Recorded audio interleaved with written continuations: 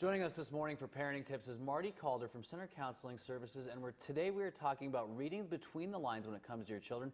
What you need to be looking to need to know that you need to be looking for to see if your child's maybe depressed or feeling isolated or maybe even being bullied. Well, thank you very much for stopping by this morning. You bet. First off, I guess kind of what are, in adults at least, what are kind of the common signs of depression?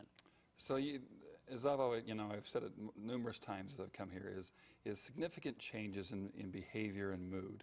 And we all have those ups and downs, but that's why you need to really get to know each other, your family, your teenagers, your children, to really see. Sometimes they're kind of subtle, but when they are isolating more. So let's say they've typically been pretty interactive with the members of the family, with their friends, and suddenly they're not doing that. They go out a couple of times a week, and now suddenly they're staying in their room, or they're doing other things, or they've changed significantly who their friends are. So they suddenly have a new group of friends or some kids they're hanging out with. Yeah, that is kind of markedly different than who they're hanging out before. Like I said, depressed mood where they're not as interactive, not as happy overall.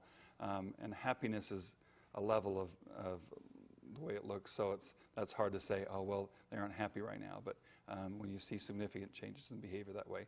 And I think also the big thing is that especially with suicide that we've experienced lately and a lot of tragic loss, everybody deals with that differently. I had an experience when I was a junior high kid. 4 kids in our school were killed in an accident. It still affects me, and I still think about it.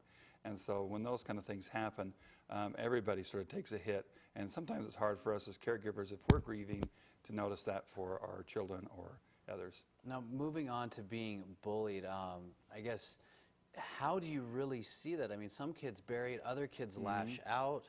I was the kid who lashed out at school and things like that when I got bullied by other kids. How do you notice it, I guess, as a parent? Because my parents didn't really see it, and there's no way they could have. Yeah, and that is tough. I mean, one of the things that's is key is communication with teachers and school officials that way, to notice things.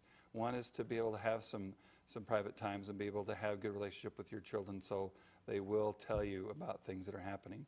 And one of the things is, now you don't want to overreact, but I think you've got to react in some way. So if a child says, you ask them about their day, it was fine, but this happened, and you're like, oh, kids can be mean. Well, they can, but you may want to investigate that, even just on the backside a little bit. Contacting the teacher. Everything okay? See if it's like a pattern or something like that. Right, exactly. So you don't, and that'll show your child and stuff that you're also invested in. Like, hey, we want to help and we want to figure out what's going on. All right. Well, thank you very much for stopping by this morning.